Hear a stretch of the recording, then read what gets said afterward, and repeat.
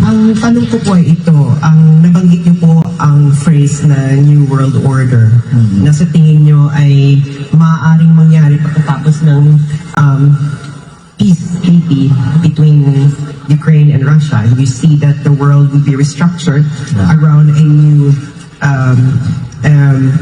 framework or a new geopolitical order. So my question is this, I hope that you realize the burden or the special task that you have as a future chief architect of our foreign policy, because in the past drawing of world orders, the Philippines never played a role in determining its position in that world order. For example, between the wars of Spain and the United States, it's the United States that defined our position in that new world order. When the United Nations was instituted after post-World War II, we were still at the coattails of the United States. But now we are an independent country. So my question is, when this new world order that you think could happen after a peace treaty gets concluded between Ukraine and Russia, how will you position our country in this new geopolitical order?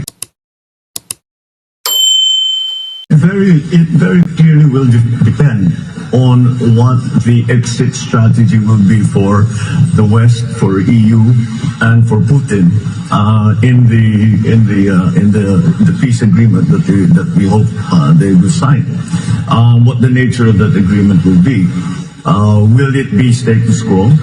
The forces that are in Ukraine, the Russian forces and Belarusian forces that are already in Ukraine, will they just stay where they are, status quo? Will they be told to withdraw? I only say that because it is very important to Putin's position domestically.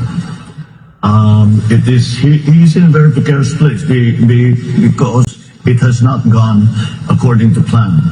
I suspect that he was hoping that it would be a similar situation as it was in Crimea, where they pretty much just walked in, with very little resistance. But then they prepared Crimea for a long time. They were helping the rebel groups, the Russian-speaking groups, and they were developing them. And they built a corridor on the east side of Crimea, within which the Russians would cross the border very easily. That hasn't been the case in Ukraine. And so, depending on how it is viewed, the peace treaty that we hope will come, it depends on how it is viewed by the local domestic political scenarios in Russia itself. That, whatever the reaction will be to Putin, will fix one of the variables in the geopolitical new world order. So we still have to wait to see what happens.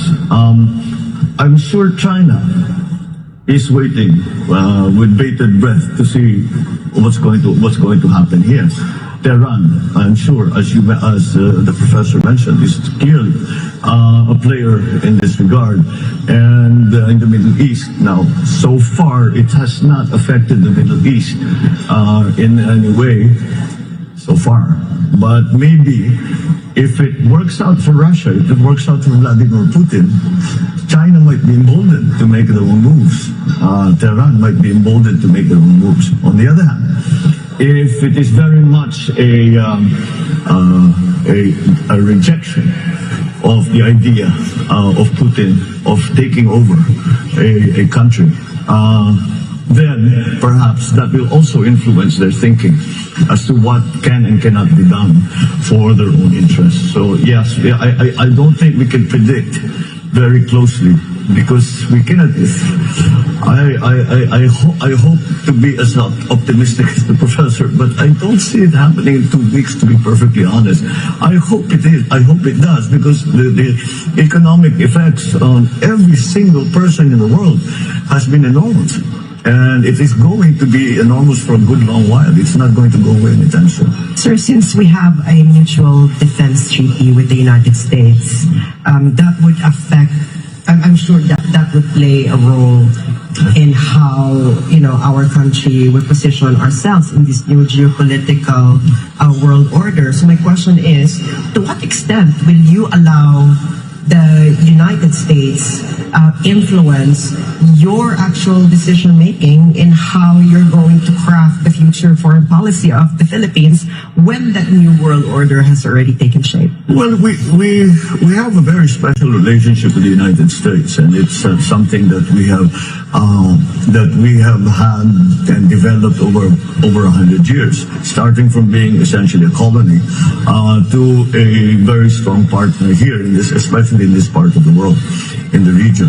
And that, I think, has been a good thing for both countries, both for the United States and for the Philippines. And that I think we can still depend on that. But the scenario that you spoke about, where we historically have always been with the United States, is still, I think, a carryover, a hangover of the Cold War. And we discussed it a little bit the last time. And I don't think the geopolitics of today are the same. And we now have to tread that very fine line to make sure that it's the Philippines, it's the Philippine interests that are the primacy of Philippine interests in anything. Now, in geopolitics, especially, we have another superpower 600 kilometers from our coastline, China. That puts again the Philippines in quite a precarious position. We're lucky because we're important geopolitically, even just strategically. We are unlucky because we are important geopolitically, and we've become a bit of a hot potato when it comes to that. So we definitely have to consider what is best always for the Philippines. And how do we achieve that? With our existing partnerships, alliances, as they stand now, with what will be a new world order. Will it be a very big change?